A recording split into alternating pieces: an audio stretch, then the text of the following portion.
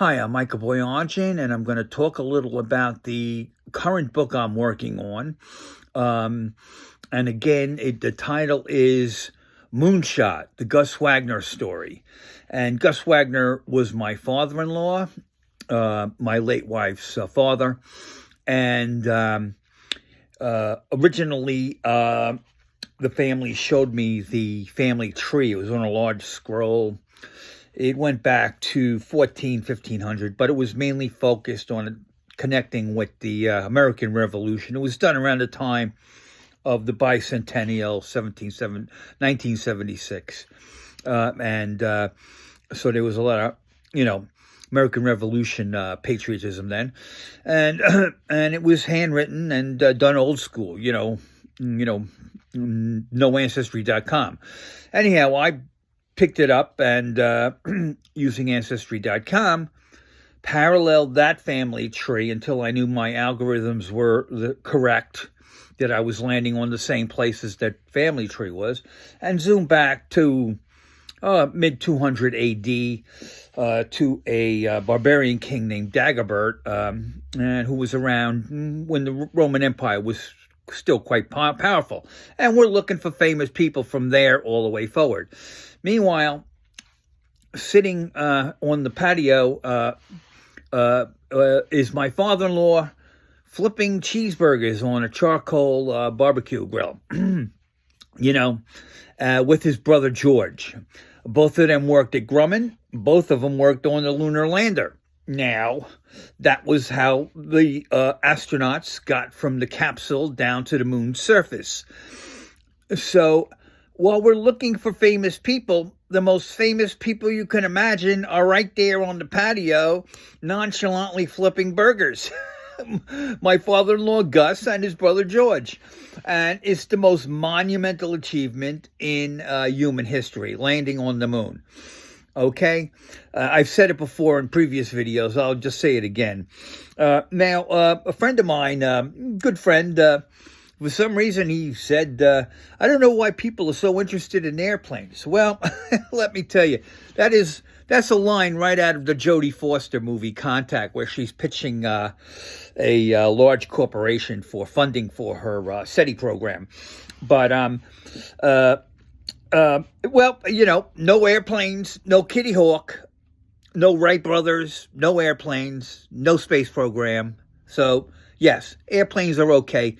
And my late next door neighbor, Uwe, was big into airplanes. He got a pilot's license. He got us all into airplanes. I had a little book of colored plates of the various, small aircraft, the Cessnas and things. And he went on to be a aircraft mechanic and at Grumman, and been out to the West Coast. But anyhow, another friend said, you got to put some human interest stuff in your stories. Well, my stories are packed with human interest stuff, but I said, okay. After the lunar lander program, the government came up with new goals and shuffled contracts with the aerospace corporations. And Grumman landed the F-14 project, the fighter jet.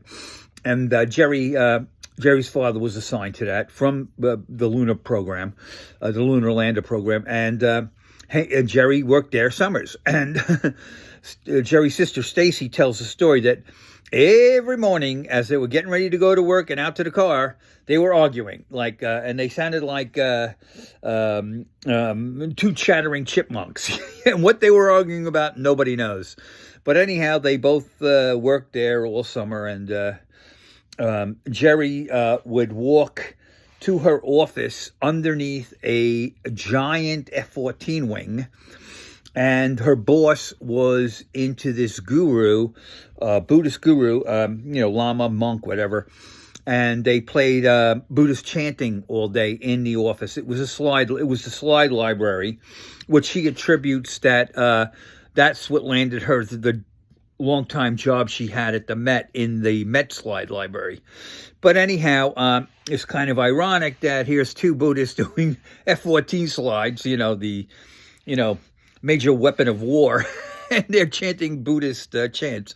But anyhow, our first date together, we had met on a train, similar to Franklin Roosevelt and Eleanor Roosevelt.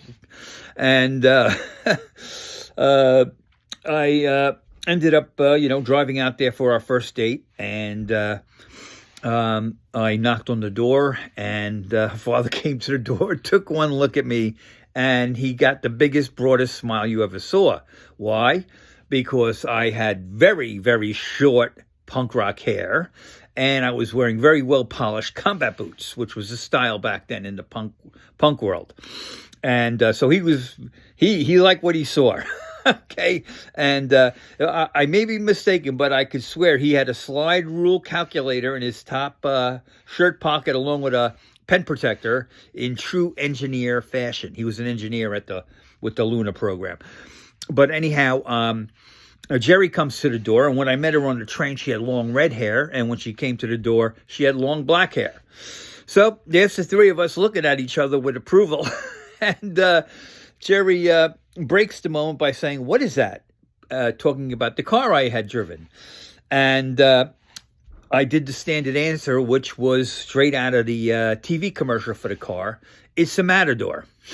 Okay, it was my father's car, and he was big into AMC, American Motors, starting with a Rambler, then a Rebel station wagon, and then the Matador. After that, he got into Toyota, never looked back. And when we were kids, he had, little kids. I don't even know if my brother was born yet. He had a 57 Chevy with the fins. So he went from the 57 Chevy to Ramblers and AMC cars, whatever. As for Jeri's family, they were lifelong GM, Oldsmobile, and Buick people. So, that was our story.